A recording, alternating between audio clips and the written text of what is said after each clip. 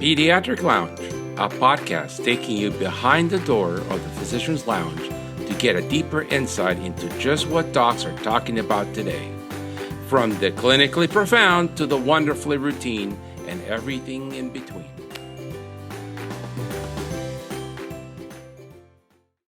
Good morning, George. It's great to see you. It's another Tuesday morning. Yeah, how you doing, Dr. Bravo? Today we have Dr. Wendy Dean, and her topic today is going to be, if I betray these words, the root of physician moral injury. It should be a very interesting topic. A lot of the words that we're going to be speaking today are coming right out of her book, If I Betray These Words. We've read these books, and it's a really, really good read. Dr. Dean authored a wonderful book, If I Betray These Words, and the premise of which was first teased out on a stat article called Moral Injury. She has made her research focus and her work focus to understand what is ailing the American physician. Dr. Dean, welcome, and we're so honored to have you on the podcast, and congratulations on such a great book. Oh, thanks so much. It's a pleasure to be here, and thanks for your interest. We always start with the same question, but for you, it's a little different. In your book, you describe how you fell in love with a pediatrician as a very young person, shouted him around, and that was where your interest for medicine began. But you didn't become a pediatrician. Why not? Well, I think a lot of us like pediatrics as our first introduction to medicine, because it's what we know as kids, as teens in high school. But what I realized when I got to medical school was that there are so many other specialties in medicine that I think suited my personality better. I'm impatient to a fault, and so I actually started residency as a surgeon, and did that for 3 years, and then realized that I had too many other interests in life, and that I wouldn't be able to devote myself to surgery like I knew I should, and so I ended up going into psychiatry. And you went into psychiatrist because of the relationships. Yeah. That's what really, that is the joy of practicing medicine. Even if you're an orthopedic surgeon, their relationship is at some point more important than the hip replacement. Correct. And you describe just a beautiful story in your book about how you came up with the title of the book. How did you come about? So my publisher, Steerforth Press, was amazing to work with. And part of what was so amazing was they never gave me a deadline for anything. They just said, we want this to be the best book it can be. So write the book, and when it's done, it's done.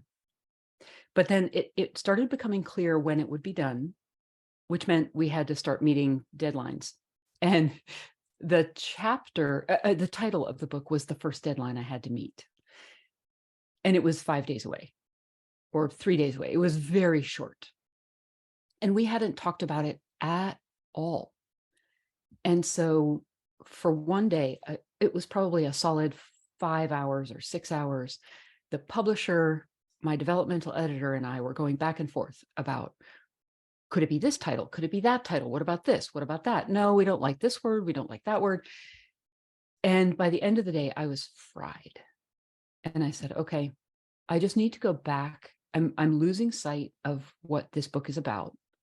So I need to go back to the central focus of the book and sort of the central thesis. So I started reading all the different oaths that clinicians take. And I read the Oath of Maimonides, and I don't even know how many translations of the Hippocratic Oath, and the World Health Organization, all of these. And they had all the similar themes, right? That were meant to revere our patients, revere our mentors, we shouldn't be out for personal gain. But when I read the translation by Amelia Arenas, the last few lines sort of really struck me. And Do you mind if I pull it out? No, because Because I want to make sure I get it exactly right. It is so beautiful. Yeah. Should have done this beforehand. I'm sorry. So when I read these last couple of lines, I got chills and I said, okay, this is it. And it says, I pray that the attention I give to those who put themselves in my hands be rewarded with happiness. And in honor of the knowledge I've received from my teachers, I swear to care for anyone who suffers, prince or slave. If I ever break this oath, let my gods take away my knowledge of this art and my own health. Here speaks a citizen, a servant.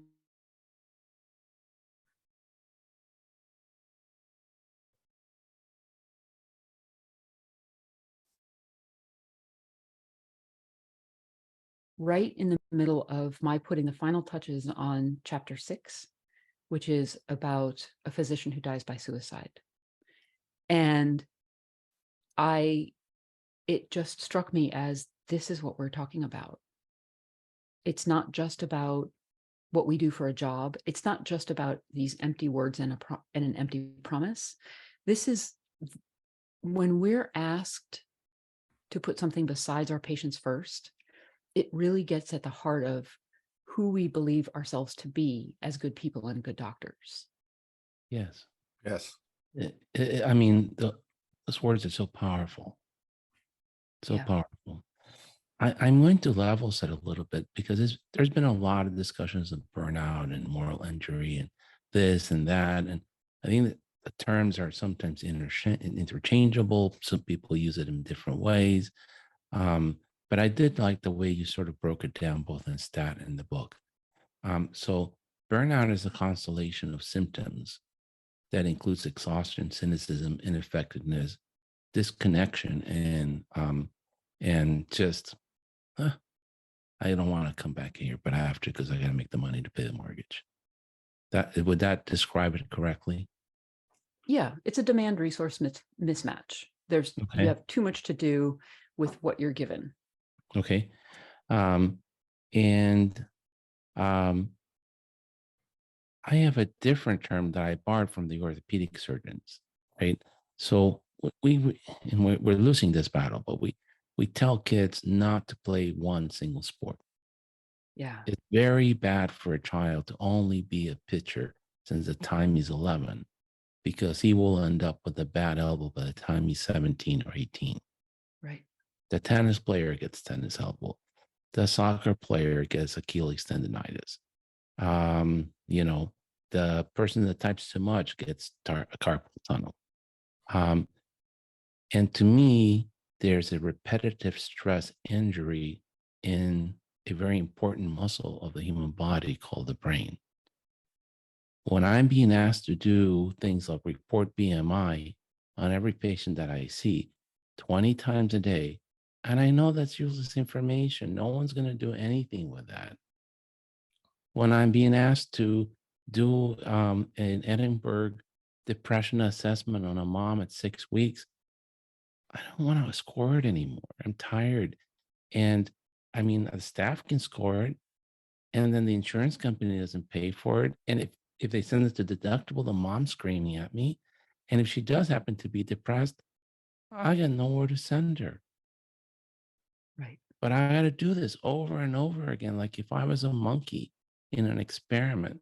And to me, that's different than the burnout. Like, I can't do this more. I'm tired. This is just every day my brain is being used in the same way and it's being injured.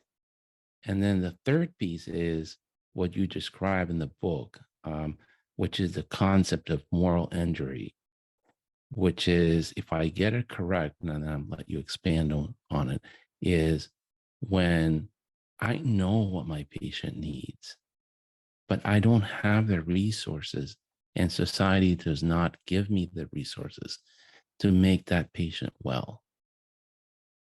And that destroys me at a core. The repetitive stuff is I can see where they want these things for population health management, for good quality care, whatever it is. Mm. The problems that I think came about is the BMI and the prenatal screening, maternal screening. You ask, there's a thing that needs to be done. Then somebody goes to a technician, an IT guy, and says, we want to do this. What does that guy do?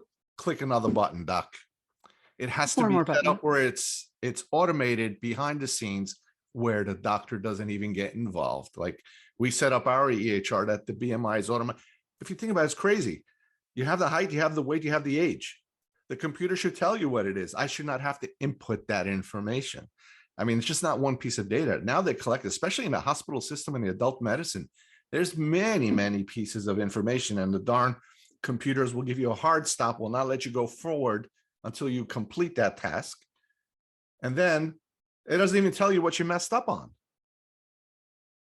So, Yeah. Dr. Dean, going back to, so tell us in your own words what moral injury is and how that's affecting the American physician. Well, I think you got it right. It's knowing what our patients need and being unable to get it for them because of constraints outside of our control. But it originated with combat veterans. There was a psychiatrist named Jonathan Shea who was working with combat veterans from Vietnam, and he was treating them for PTSD, and they weren't getting better. And he said, well, hang on. He's a good clinician. And he said, I know that these treatments work, but my patients aren't getting better. So rather than blaming them, he said, maybe it's something else. And he came up with this concept of moral injury. And he said it was betrayal by a legitimate authority in a high stakes situation. All three of those things had to be present. And then some of his colleagues, Brett Litz and his fellow researchers, expanded on that concept and said it's transgressing your deeply held moral beliefs and expectations. And I think those moral beliefs and expectations for professional sense are the oaths that we took to put our patients first, right? But what I think is really interesting is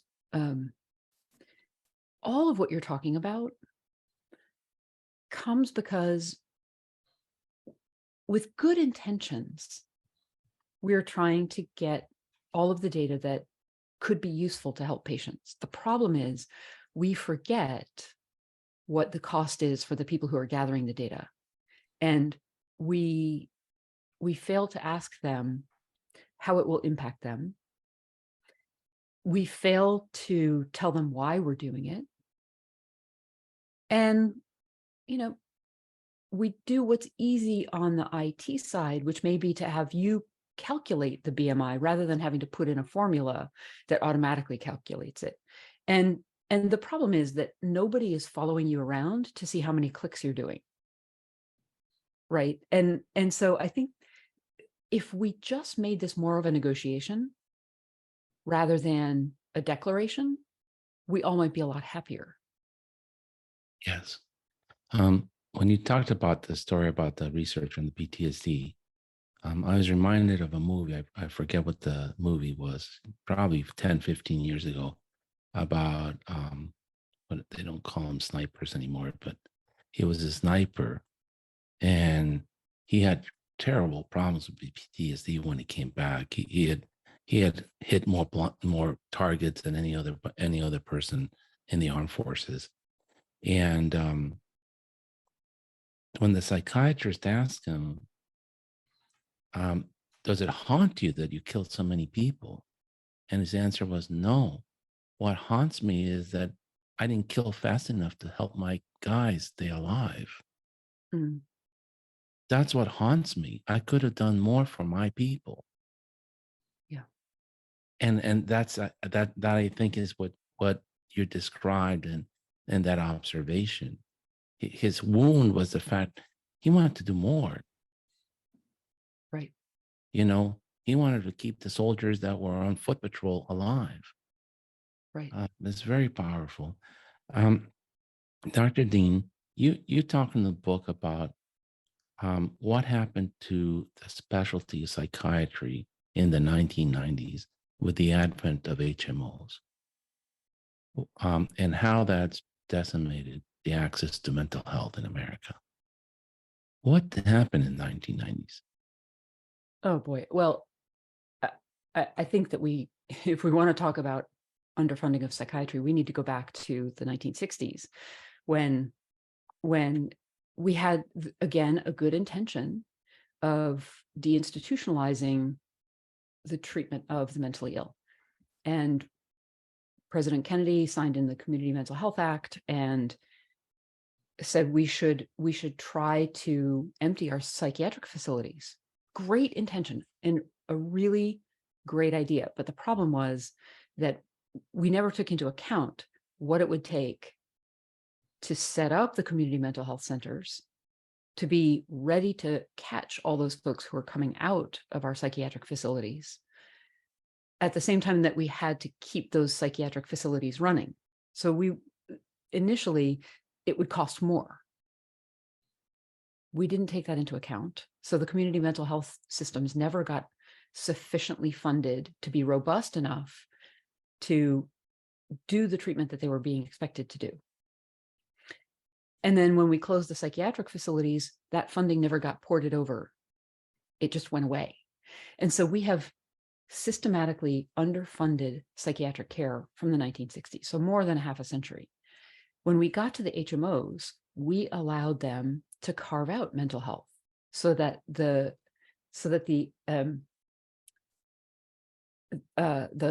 caps could be higher. It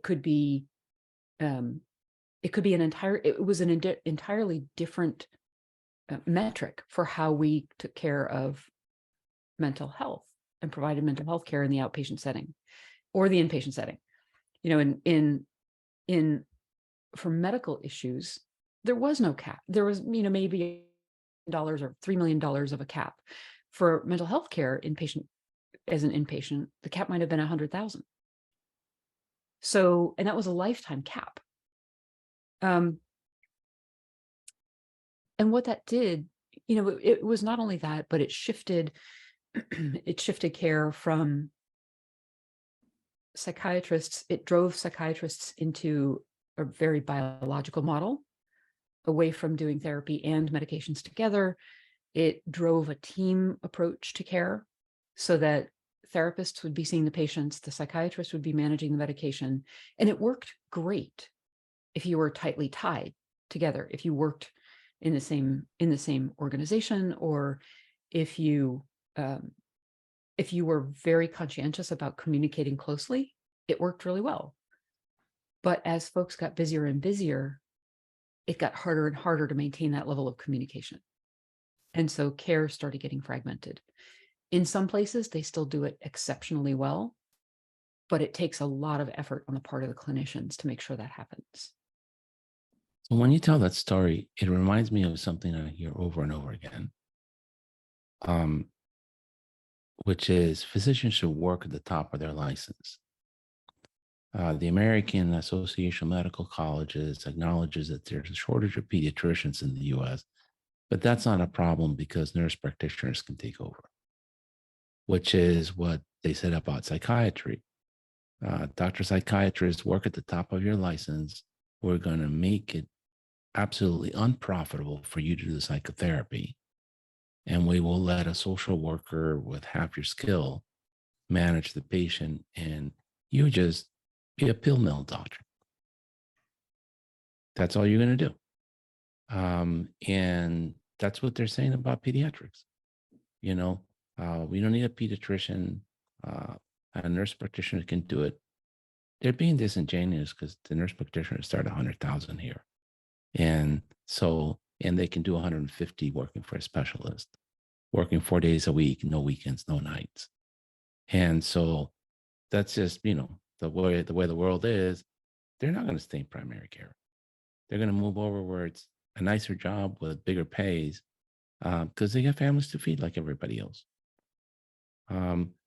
And the reason I kind of asked you to tell that story is because the same thing is happening to pediatrics. 52% of the kids are financed by Medicaid, which has been woefully underfunded since the 1960s.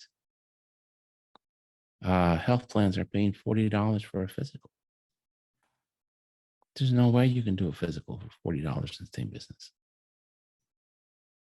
We're being told that we can be replaced by mid-level.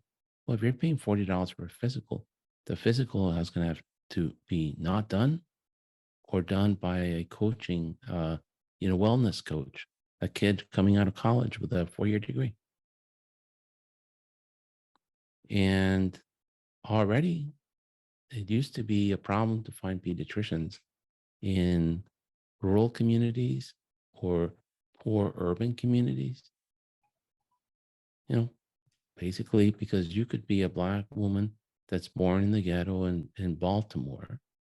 And if you make it through medical school and become a pediatrician, you're afraid to go back to that neighborhood and get shot.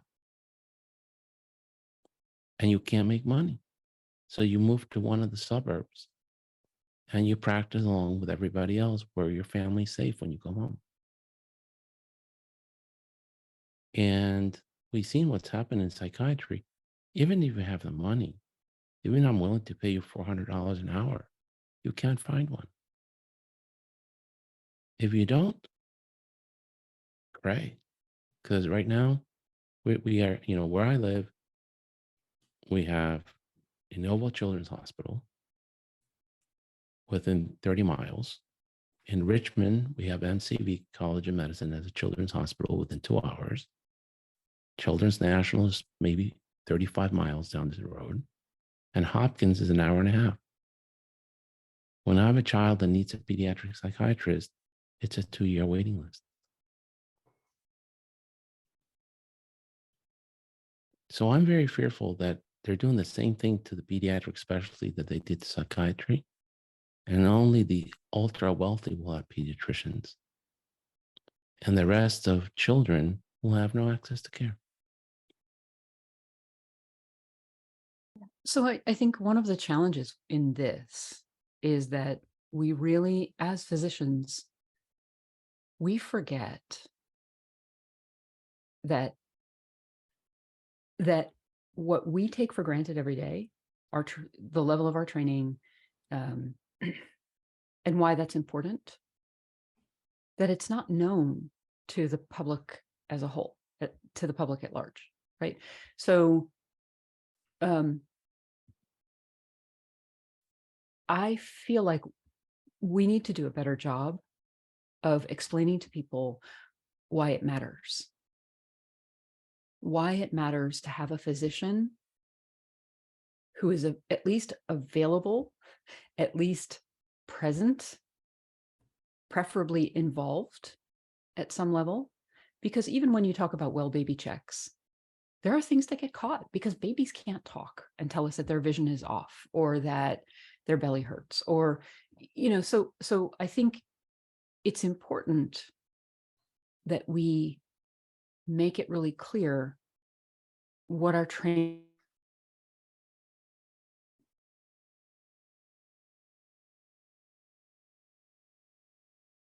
a subspecialty, because otherwise it's this big black box that people don't understand. It's like expecting people to understand what it's really like to be in combat when they've never done it. You can't explain that. We all think we have an idea of what it would be like, which is entirely different. So when you've got 2 doctors talking, they have shorthand and they know what they've been through. Combat veterans talking. But when you try to explain it to people outside, I heard from a CEO who was a non-clinician. He was a CEO for a healthcare group, non-clinician, but he was not a bad guy. And what he said was, I was the head of this organization for 10 years, and I had no idea what physicians were facing every day, what their challenges were, and by the way, how risky it was for them to speak up. Well, if they speak up, they're considered disruptive physicians. Well, there's that. I've been there. That's you. But that's And I think that's part of what he didn't understand, Yeah. was how fearful physicians are to speak up for that very reason. Yeah. Your chapters in beers and medicines highlights that I think a recurrent theme in your book, which is at the crux of the problem. Sometime before the 1990s, hospitals, physician practices were all led by, I'm going to say it, an elderly physician, because that seemed to be the way it was. You practice pediatrics, so be psychiatry, whatever it was, for 30 years in the community. And people were, wow, you're really smart and you're good with people. And then you would become the leader of that organization, and you would hire people to help you do the stuff that you weren't good at. And some point, it changed. It's the MBAs that are, quote unquote, the leaders, and the clinicians are just revenue producing units. Why did that happen, and how bad has that been to the well-being of the U.S. citizen? I think it happened, excuse me, I think it happened because as HMOs and other insurance products got more complex, it became harder and harder to be a physician and to manage the business. Not that we couldn't understand the business, but managing the business got to be more than a part-time job. And so what we thought was fine was to bring in business experts to run our hospitals or our practices. And it still works, it still can work well if those business professionals work in concert with physicians. And if the organization can maintain the focus on patient outcomes, patient experience, the well-being of their clinicians, then it works really well. Everybody's doing what they were trained to do. And they're aiming for the same goal. I think where it becomes problematic is when the administrators decide, well, this is my hospital to run. I know how best to run an organization. I know how to run a corporation. And so we're going to run it like that. And they start dictating down. And they haven't been clinicians. They don't understand the pressures of clinicians. They don't understand how their decisions will impact clinicians, because they just, even though they might be well-intentioned, saying, this is the best way to keep this organization alive with these tight margins that we work with, they don't understand that changing a supplier might have significant impact on that clinician when they have a hole in their glove 3 times during a surgery, right? Just something simple like that. So the way to approach that is to try to get physicians' voices to be more prominent in the decision-making process, or to make sure that clinicians and administrators better understand each other's issues and problems and work together. So in that chapter in particular, you allude to what you call EBITDA, and it's a piece of trash. I call it the cash cows. And the US-based hospital administrator that is not tied to a very strong physician will chase the cash cows and not worry about the quality and destroy the organization. And there is a lot of that. On the flip side, and we must own this because we can't really throw stones at a glass house when we have problems too. I've come into contact in my career more than once, and regrettably, pediatricians who, for profit, do things to children which are unnecessary and put them at risk. And as you alluded, when you take these powerful entities, because they are, I mean, if you lead a service in neonatology at a community hospital, you're bringing in revenue for that hospital.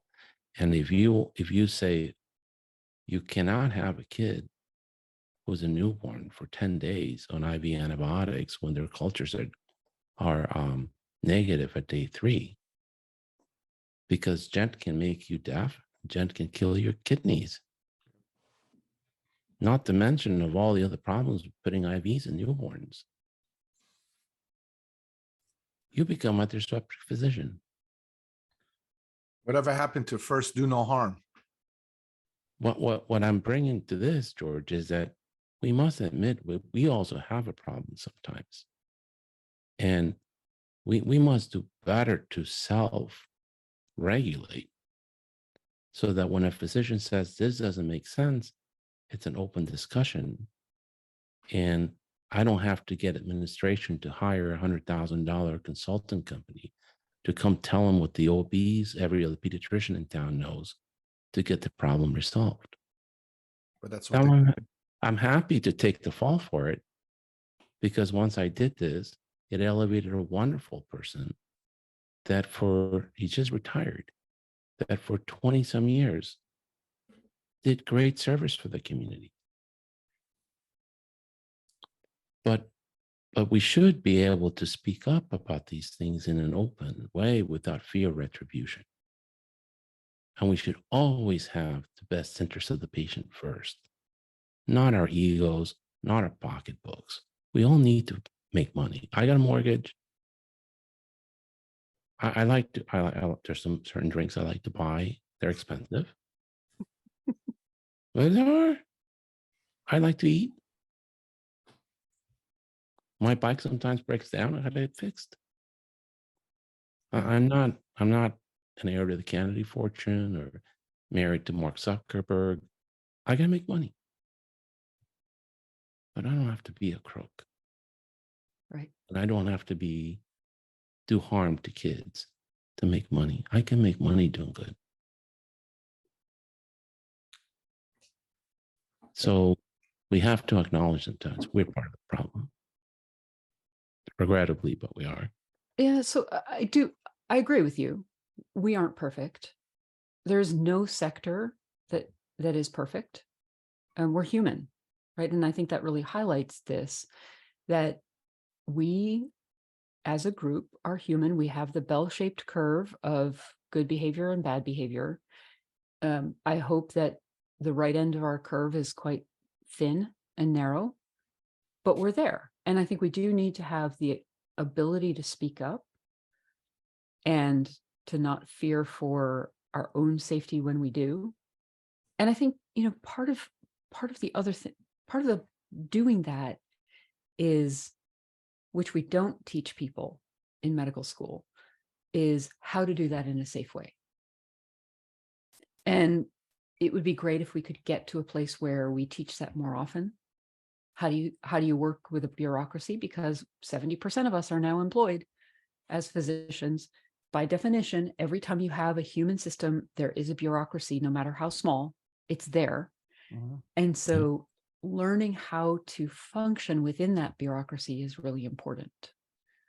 Absolutely. And the FAA has a wonderful program. It's been around for decades. If I'm the captain of Southwest and I have a near miss episode, I'm rewarded for reporting it. Yeah. I don't lose my license. I don't have to go to therapy. I don't need to get drug tested. It's like, what happened? Tell us what happened. Okay. Or is this happening at other airports? How often is it happening? How do we fix it? Right. And they had the same problem. A plane crashed because the captain was such a jerk that nobody in his crew, including the first officer, was willing to tell him he was wrong. And he crashed the plane. So we could change to that kind of system, but we haven't. I don't mean to be political. These things just irk me. But, why do we keep asking physicians to do things that are not evidence-based? For example, the maintenance of certification. Wasted time and money, takes me away from my patients. And there is not a single study that says I am a better doctor for wasting my time and paying these dues to the ABP so that their CEO can make $800,000 when the average pediatrician in Wisconsin is starting at $120,000. It is unconscionable. Why? Well, I told you many times, the reason that they're doing it, it's a money grab, one. And two, they have technology. So they spent a lot of money on expensive technology that they have to use. Well, I want to know Dr. Dean's take on this. Why do we need to do it? I think I was just talking with my husband about this last night. Okay. My husband is also a physician. Sabine, right? Sorry? Sabine? Shervin. Sabine. Yeah. Yes. So again, I think the intentions behind it are good. The original intentions behind it to make sure that we keep up with our continuing medical education is a good thought. But I think it's gotten out of hand. It's gotten to the point where we're somehow feeling like we have to prove over and over and over again to, I'm not even sure whom, maybe to our peers, that we are good enough. As if repeatedly taking these exams is going to prove that we are good enough to keep doing the job we've been doing for the last 2 decades. And when you compare it to, for example, lawyers, they don't ever have to retake the bar. They do have CLE, but their CLE is a fraction of what we have. Yes. So, and it's, one might argue, well, lives aren't at stake. Well, I would argue with a lawyer, they are actually at stake because it's freedom. Or the trial death penalty. The Right, death well, penalty. If they get it wrong, you're dead. And you might have been innocent. right. So I do think that we do a lot of things in the name of patient safety that are really, whenever you bring up patient safety, it's very hard to argue it. But I also feel like at some point we have to go back to the evidence and say, is it, if we're not making a dent, if we're not better for it, should we keep wasting people's time and money? Or should we somehow shrink it? Yeah.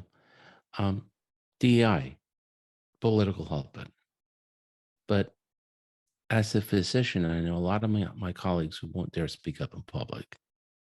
When they hear the term DEI, they feel like they're being called racist. And many of us have been taking care of very divergent populations. I've been doing it for 30 years. And I don't care what your religion is, what your politics is, what your gender is, what the color of your skin is. I've always said a hole is a hole, and if it gets infected, I fix it. How I got there infected is not for me to pass moral judgment. My job is to fix it. You got an infection, I'll fix it. You got a sinus infection, I'll fix it. You got an STD, I'll fix it. I'm not there to judge. And to a lot of us, it feels like when they say things like, well, if you're not a Muslim female physician, you really can't take care of a Muslim girl with an ear infection because you do not share her experience. I've been doing that for 30 years. I'm not a racist. Why do you need to tell me that?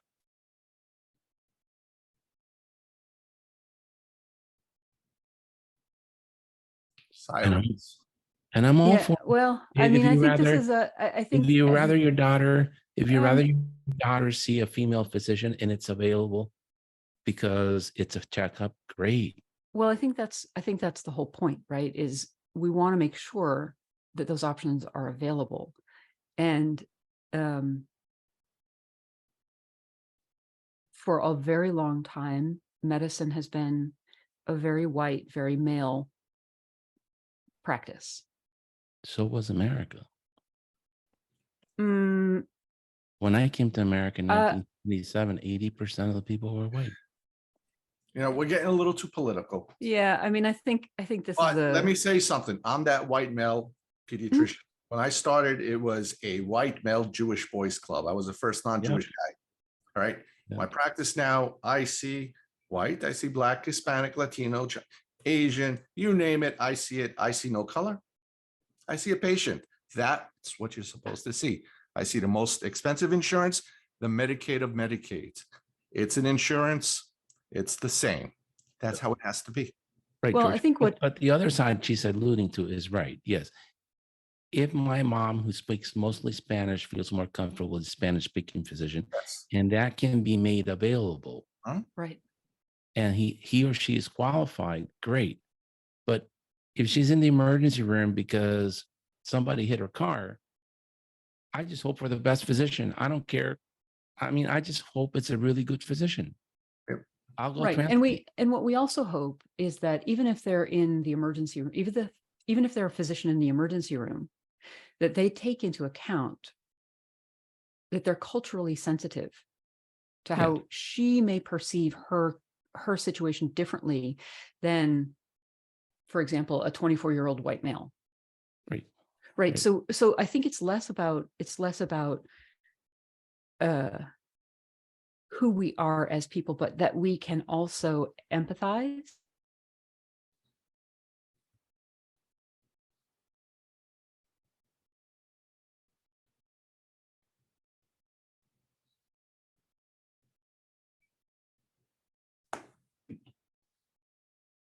Looks like we're stuck again. Yep, there she comes. I'm back. Yes. And I think that's you need to respect, what whoever's in front of you. Yep. And I'm all for it. And in pediatrics, it's very easy. Today, pediatrics is 70% women, 70% another color other than white.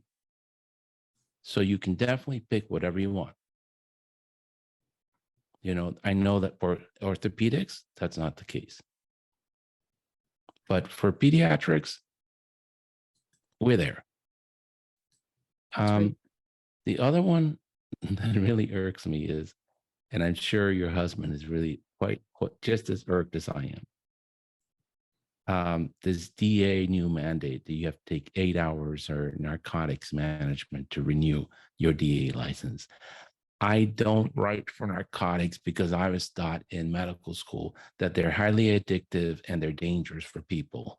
And I only wrote for them when the government decided that they were going to use pain as the fifth vital sign. And if the patient wasn't happy with the amount of narcs you gave them, you got dinged in the hospital. But once I stopped doing hospital medicine, I haven't written for Tylenol with codeine, hydrocodone. I've never written for Percocet. I don't ever intend to do that. The only reason I keep the DA license is because I got to give Adderall, Ritalin, and that's it. I mean, not even the Prozac, the Zoloft. They're not controlled substances. Yeah, all these things come from adult medicine as usual and trickles down to peds, and nobody bothers to break it up. So the psychiatrist is not using narcotics. Yeah. The radiologist is not using narcotics. Well, what they're doing, the psychiatrists now, I've had this, you'll find this interesting. A patient that had ADHD and some anxiety, depression things going on, diagnosed by the psychiatrist, a little bit more than your general pediatrics part, right? The psychiatrist decided that she is no longer going to be doing in-person cases. She's only going to do Zoom, and she will only continue to write the Prozac, and she will not write the Vyvanse or the Ritalin anymore. You have to go somewhere else for that. I mean, it's one patient with one. Well, problem. it's right, and it's trickled down. The problem is that the opioid epidemic has now trickled down into all scheduled drugs. Right. So the psychiatrist who's doing telehealth can't do the urine drug screening and can't do, the monitoring, et cetera. So I think it's probably time to have a larger conversation about a pendulum that has swung too far. Oh yeah. Yeah. Yeah. I tell teenagers today, and it's heartfelt. I tell them, please, if you see someone doing drugs, run, run from that room as far as you can. Because when I was a kid growing up in America, you could do pot. Not that I did it, but it wasn't laced with fentanyl. I mean, your parents might beat the bejeebies out of you because, that's what they did in the 70s when they found out that you're doing pot. Because, George's mom saw us doing pot and she called my mom and we were all in trouble at the same time. And everybody got spanked. But now it's laced with fentanyl. Yeah. One wrong move, you're dead. Yep. Yeah. And I can't fix that. Yeah. I'm not passing moral judgment. I'm just saying, if it doesn't come from the pharmacist, no Adderall that you buy from a friend, nothing. If it does not come from your pharmacist, do not touch it. You could be dead in seconds. Yeah. It's a whole different ball game. But it's not the prescription drugs that are the problem. It's, this fentanyl laced fake medicines that are being pushed around all over the country. And it is a real problem. It's costing, I think, 100,000 American lives a year. And then I have to ask you a question. It's a very boring question. But the person that asked me to read your book and invite you to the podcast is a fellow podcaster and a pediatrician, wonderful person in Long Island, New York. And she was very interested in what your thoughts were on the American Academy of Pediatrics statement on or guidelines of obesity treatment. And since you're not a pediatrician, they have recommended that every obese child go through a very intense therapy program by a specialist that includes 26, like a CBT program, 26 weekly visits of 45 minutes. And as the first step. Now, let's understand that there's 87 million kids in America, and 30% of them are obese. Just in the 3 counties where I live in Northern Virginia, there's 400,000 kids in the school system. So that's 100,000 kids. If you could, I don't know how much is the top that a psychiatrist can see in a week, but I doubt that you can see more than 6 patients a week if you're doing psychotherapy, because it's just exhausting. But if you could see 40 patients a week, you're helping 80 kids a year out of 100,000 that need help. And so what's the solution? And you're getting reimbursed. Some plans are paying $50 for the visit. So at the end of the day, you're taking home $40,000. That's not going to happen. So what's the other solution? Well, I call it the pediatric psychiatric model. You're obese, I put you in semaglutide. You're on it for the rest of your life. You'll lose your appetite and you'll lose your weight. It's just a medication visit. I'll see you once a month, collect the $40. I can do it on the TV. Do you think the policies like this add to the burden and the moral injury that people are feeling? I think when the policies are put in place without sufficient understanding of the bigger picture and the access issues, the insurance issues, I think it does add to the moral injury, because it just doesn't take into account what the realities of the situation are. So we're being asked to do something, but our hands are tied because we can't do it. Right. So I feel like as you were talking, I was imagining what happened in psychiatry when similar things were happening. And there were too many patients, there weren't enough psychiatrists or even therapists. And yet people were in need. So we started doing group therapy because it was less expensive for insurers and it was at least something for patients. And I can imagine that starting to happen in this instance, but it's still not, I think people are still going to struggle to get access to that even. Like I mean, it's a penny wise, pound foolish. If you can pay now invest now in prevention and have a well-adjusted, flourishing, non-obese young adult in the workforce for 20 or 30 years, that's a huge win. And it's the only way that democracy is sustained, through education and the well-being of the young.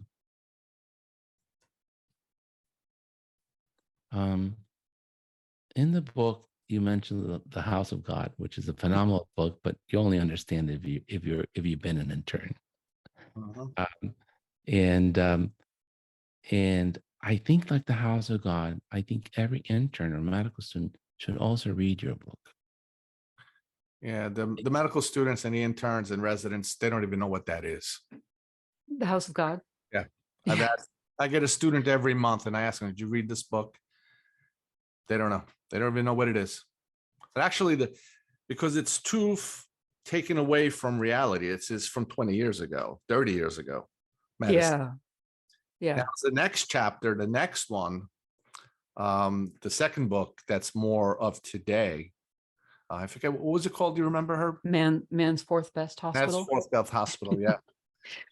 Yeah. That's more of Epic and EHRs and systems and bureaucracies. That's Yeah. more of today. So I'll tell you a funny story. Yes. This book is because of Sam Shem. Yes. Yeah. You So say we that were, in your book. sorry. You say that in your book. You Yeah. recount the story in your book. Yeah. So we had dinner with him and he insisted that he knew about the conversation around moral injury. And he said, you need to write a book. And my first response was just to laugh and laugh and laugh. Well, you Like, did a great job. I mean, for a first book, you just hit it out of the ballpark. well, so I have to give credit there too to Steerforth Press, because the publisher, Chip Fleischer, said, I know your ideas are great, but writing a book is really hard. So I want to make sure that we get this story told really well. And he paired me with Rebecca Radding, who is a developmental editor. And she's the one who really pulled the book out of me in a way that was understandable to readers. Wow. And so, like a good movie, you shouldn't tell all the stories or the ending. And I want people to read your book. I think every physician should read your book. Yes. Thank you. But Thank you. I do want to ask you to relate the story of Dr. J. Neufeld, because I cried when I read that chapter. What happened to Dr. J? Because he's one of us.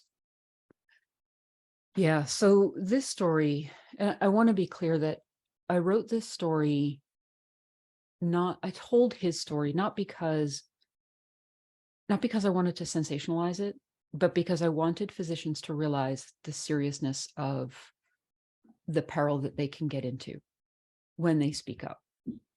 And Jay was a pediatric physiatrist, and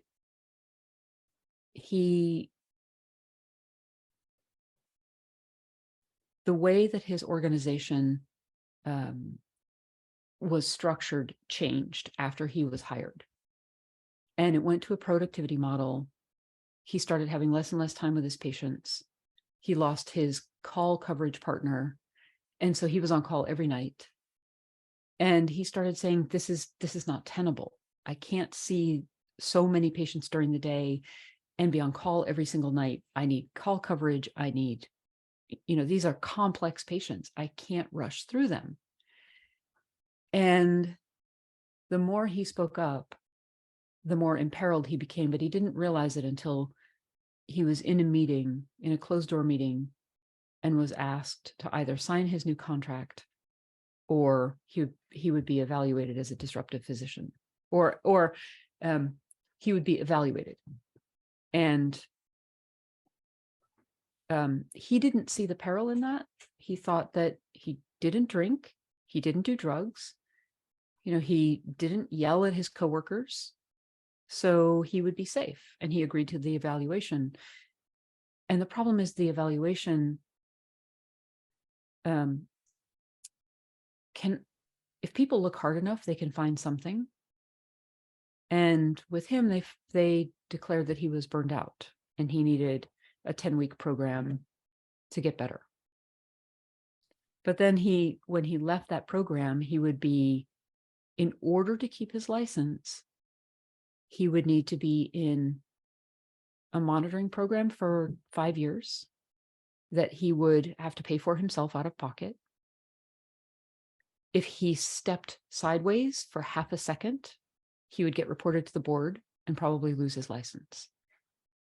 And he just found that to be an absolutely untenable situation. And a few weeks after he came home, he died by suicide. That's very sad. It's Awful tragic. story.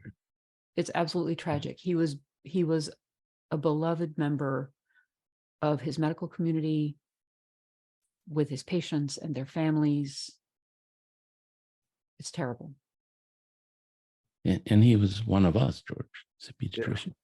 Yeah. Not only a doctor, but a pediatrician. Too many employed physicians. This is what happens. Right. It's a heartbreaking story. Well, and it's a cautionary tale for all of us that we aren't maybe as savvy as we hope we are, and we can't imagine the levels to which some folks will go to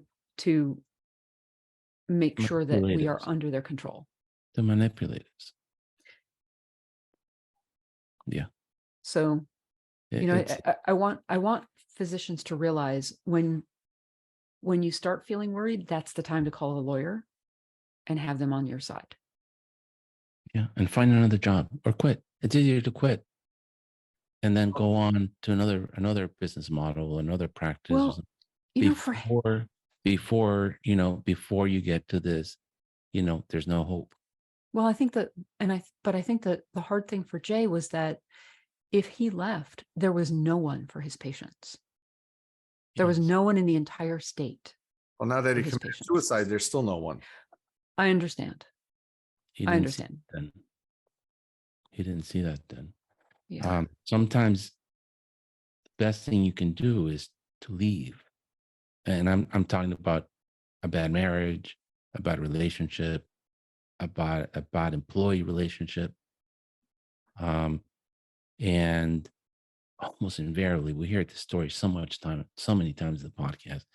Physicians leave an organization that is not driven by physicians, not driven by mission, and they go hang their little shingle, and they're taking care of the kids, and they're happy because, yeah, they need the money. Again, I have a mortgage. I need the money, but they're making money and doing the right thing at the same time, which is possible.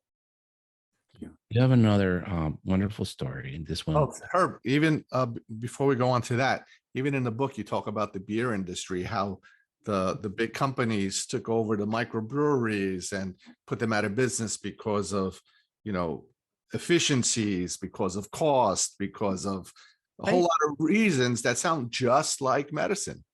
But what's happening now with the beer industries? The microbreweries are more popular than Anheuser-Busch or whatever, Budweiser, the big companies. They're being bought out again. Yeah, exactly. The cycle is happening all over again. They're being bought out again. All these craft beers that are great get bought out and then they lose their DNA. Right. You have another great chapter. I'm not sure if I'm saying his name right? Dr. Ray Brabant. Ray Brabant. Mm-hmm. And he's an emergency room physician. And the name of the chapter, Showdown. And there's a sad part to the story and a good and a wonderful side to the story. And then I'll tell you what resonated with me. What is the story in this chapter? So Ray Brabant was the medical director for an emergency room. And at this hospital, It was owned by one of the largest hospital companies in the US, and it was staffed by a staffing company. So they had a contract with the staffing company, and the hospital and the staffing company agreed to this, wanted the emergency physician to be responsible for all of the emergencies in the hospital as well.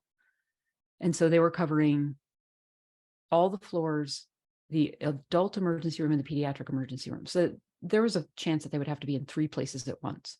And all of the emergency physicians said, this is not tenable. This is dangerous for patients. And in fact, one day, that is exactly what happened. An emergency physician was on the floor taking care of an emergency, and somebody came into the emergency room, had a delay in care, and eventually died as a result of that delay.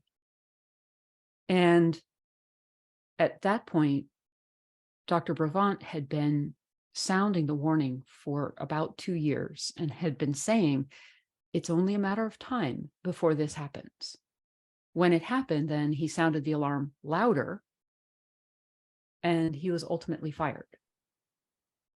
What he did then was to sue the company for wrongful termination. But in order to do that, he had to build a case. And he had started building that case years before. And the reason I told this story was because I feel like if you read his case, which is available online, it reads like a playbook of how to build a case in defense of yourself and your actions against your employer. And he won the lawsuit. He won the lawsuit. And that's not the great part of the story, right? A multi-million-dollar lawsuit that he won. Right. And I don't think the money was as important as the fact that he won, but I really am glad he stuck it to them financially. I can't hide my bad person in me saying, glad he stuck it to the man. Well, I think what's even more important, there are a lot of physicians who bring these cases, and the cases take a long time. They take 4 to 5 years. I think his case took 4 years to finally come to an end. And what happens to too many physicians is at 2 years or 3 years, they're like, well, I need a paycheck. Like, I need to be working. And so they settle. And the problem with settling is there's no precedent. There's no case law that's built that other physicians can then use as a springboard. And so that's the part that I really love about this. I love the fact that he won a settlement, that it was substantial, and I love that he built case law for other physicians to use. Yes. I'm going to share with the audience the exact same experience he had. I just didn't sue or get money from it. But when I starting my career as a PTD and hospitalist at Henrico's Hospital, the contract was owned by the neonatologist. And it was a great hospital. We had a pediatric emergency room. We had a PICU. We had a level 3 NICU and a very nice pediatric inpatient ward. And the census of the NICU was going down for 2 years. And one of the 4 neonatologists decided to leave. And so they went down to 3. And that was good for them because it maintained their income. It was bad for them because at that time I was less than 30 years old, and these people were maybe 45, closer to 50. There was no way on earth that they wanted to be in-house every third night. So since they managed the peds hospitalist and ED service, they came up to us and said, oh, simple solution. You guys cover the ER, the floor. You hardly ever are going to be called to the PICU and the delivery rooms and the NICU. And we'll just be here for backup. We'll come in from home. And I said, no. What if there is a stat C-section, because you do high-risk deliveries here, and somebody in respiratory distress in the ER? Who do I pick? Who do I abandon? Right. God forbid somebody extubates themselves in the PICU, and before the PICU attendant comes in from home. Or even just simpler, I'm in the middle putting sutures into a child that I sedated to fix his lip, and I gotta leave him or her to run to the C-section. Yeah. You know what? The people that make these decisions are MBAs, and they're No, going to this put is in the doctor, George. This Well, is the he's doctor then making the decision. well, he's playing the odds, probability. What are the chances of that happening? But unfortunately, in medicine, it has to happen once to your kid. Right. And it's part of a risk register, and there are dollar figures attached to the risk register, Right. and it becomes a cost of doing business, which is unconscionable to the rest of us. Right. Yes. It's like United Healthcare. United Healthcare gets fined all the time for breaking the law. They write a check and they move on. Uh-huh. They don't care. They know it's going to happen. When they get caught, they pay, they move on. Yeah. And it happened again in the example I described before. The whole program I built in 1995 with the help of the community, because community pediatricians really built the program, was ended. There's no pediatric emergency room in that community hospital anymore. There is no pediatric inpatient. They've actually written a letter to all the family practitioners and pediatricians in town to please not send their patients to the hospital for radiology, because they don't feel that they can do that anymore. Wow. And the reason is because it's a mostly Spanish-speaking community on Medicaid. But this is a quote unquote not-for-profit. So what was the solution that the wonderful, super kind, super intelligent neonatologist that I told you about before and his group were asked to cover the NICU and the emergency room in case the ER doctor could not take care of a very sick kid. Let's say the ER doctor can keep the kid stable long enough. But what if you go to take care of a kid with COVID or RSV or influenza, and you have an RSV breakout in your NICU? Or you give COVID to a mom that just delivered a baby? There's a reason why they stay isolated in their little corner of the hospital.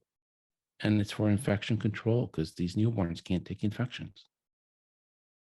And as an employee physician or contract physician,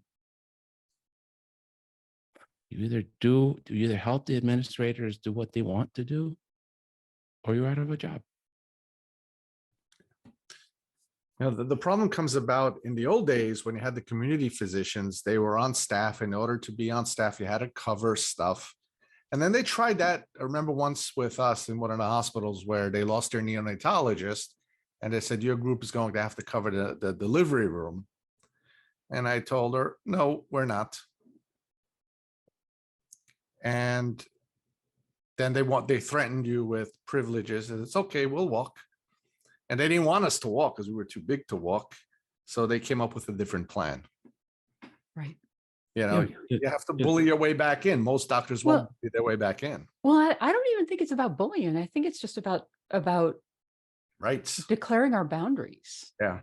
And to say that is not a safe way for us to practice. Yep. The problem is that back in 95, when I went to this community hospital in Northern Virginia, there were the pediatricians and the obstetricians were very involved in the hospital. Today, no hospital wants pediatricians on their staff. They don't want us. They don't have any use for us. They want the orthopedic surgeons, the cancer doctors, the neurology and the cardiologists. But pediatricians, go, leave. We don't care. I mean, we will put an IV on the kid, call a helicopter, send it to the children's hospital.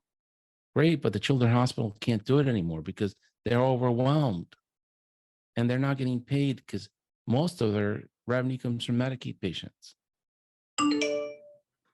Anyhow, so do you think we have a civic obligation to do what we are doing on the podcast, which is to re-own our narrative and let other doctors be a support to other doctors, but also to society in general, of what physicians do every day for their patients, their community. Is that a solution to shore up the workforce? I absolutely think that we need to start speaking up together. And that's part of the hardest part of all this is that as we're driven more and more to productivity, we have less and less time to talk to each other, to reconnect with each other, because the EMR is the way it is. All of our communication is driven through the EMR to prove meaningful use. And so we're getting more and more siloed, which means we know each other less, which means we care about each other less, which is, on and on. But I do think, as a profession, I think about professionalism a lot. And I don't mean what piercings and what tattoos and what kind of dress is appropriate. What I mean is the covenant that we made to society to provide it with services it can't provide for itself. And what is that covenant that we made? And how do we maintain that commitment to our patients, to our communities that we promised as we entered this profession? Yes. Now, I've been very negative, Yes. you very have. cynical, and I'm sorry, but this is it's a wonderful book. But it's a hard book. It's every chapter is wonderful, but it's a hard book. Unfortunately, it is reality. It is reality, and I think that's why it's so hard. The last chapter in your book, you do what I love about a leader, which is to say, here's the problems. Here is my call to action. These are the things that you could do by yourself. These are the things we could do as a community to improve where we are. What are some of the solutions that you propose? So there are so many. I think the first thing that we need to do is we need to start talking to each other, finding our coalitions that can speak out together. As clinicians, we can start educating our legislators. We can start educating our communities about the value of physician-led care. I do think that we need to start putting some pressure on the federal government in various ways. For example, the FTC and the FTC, I think, the Federal Trade Commission is already starting to pay more attention to these things, to limit consolidation, to limit vertical integration of healthcare organizations, to limit non-compete clauses, which artificially suppress wages and keep people from moving away from places that are not good for them. We can also start asking for things like having CMS hold organizations accountable for clinician well-being, much as they take patient satisfaction into account with their levels of reimbursement. We can start doing the same for, something as simple as turnover in an organization. Yeah. You also, and I love this about the book because you're not political at all. You say the good things that the Biden administration is doing through the FTC right now in clawing back some of those mega mergers because they have not been good for society. You also give Verma a great amount of credit because even though she worked for Trump, she did simplify the way that the number of bullets we need on a medical note in order to be able to bill for what we need to bill.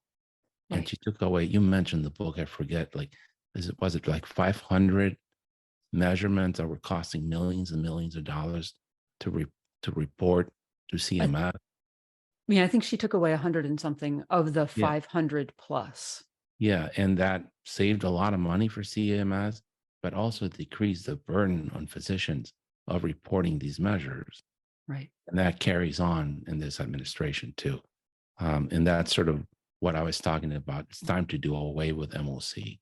NB Pass has an alternative that costs $200 every 2 years, and it's based on your CME, and you maintain your certification. Right. What's not evidence-based that adds to safety or good outcomes in our patients does not need to be done. Well, and I think the other thing that we need to start asking is for our organizations. There are some big healthcare organizations out there that carry a lot of weight. And one would hope that they would be able to push back and say to CMS or to other federal organizations, state organizations, you know what? We're not going to do this because it's going to be too much work for our clinicians. Yeah. So there was a fairly large physician practice in Pennsylvania that got asked by the state of Pennsylvania to provide yet another report. And they actually said, no, we're not going to. You get that in 3 other ways. So you can either figure out how to collate it from those 3 other places where we give it to you, or you can decide which one of those you don't want, and we'll give you this report instead. But we're not adding one more. And the state said, oh, okay. Yeah.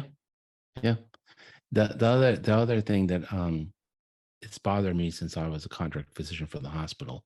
It bothered me when I was a contract physician because I got a stipend for being the chief of whatever the little Indians. Because it's only 5 of us, so I was chief of a very little tribe. But it irks me when either not-for-profit, large physician organizations whose CEOs make tons of money say, well, get involved, contribute your time. Well, my time's got value. And when I'm doing this stuff, I'm not seeing patients. You're getting a salary to do this stuff. Do your job. And the hospitals play the same game. Get on a committee. How much? I told a hospital administrator, I said, if you want the doctors to show up, put $100 bill underneath the breakfast that you're serving because the food kind of sucks here. Oh, I can't afford that. I said, then the meeting is not valuable to you. Don't have the meeting. But it's your civic responsibility to volunteer your time for the good of society. Oh, by the way, I get paid for this. Yeah. Such nonsense. Anyhow, I've been too critical. Yes, you have. too gloom. I'm usually not this gloom. I do have a happy side. but I cannot say enough. Thank you. This is a great gift to our community. It's a great gift to society. It is a wonderful read and even better narrated. It's a must for every physician. And from the bottom of my heart, I really, really thank you for having taken the time to write that book. Why don't you repeat the title of the book? Why don't you, George? Because you forgot. No, if I betray these words. If I betray these words. Yeah. Thank you so much. And thank you for your time today. I hope we you. get to meet in person sometime. Yeah, that would be great. Thank you so much. I really appreciate it. Thank you. Thank you for listening. This has been a production of the Pediatric Lounge. On the show notes, you will find links to our co-host and other important notes, as well as a timetable of the topics discussed today. Don't forget to follow us on social media and subscribe to wherever you listen to your podcast. Leave us a great review as it helps us greatly. In the meantime, we will see you next week. The Pediatric Lounge. The conversations are not intended as medical advice, and the opinions expressed are solely those of the host and the guest.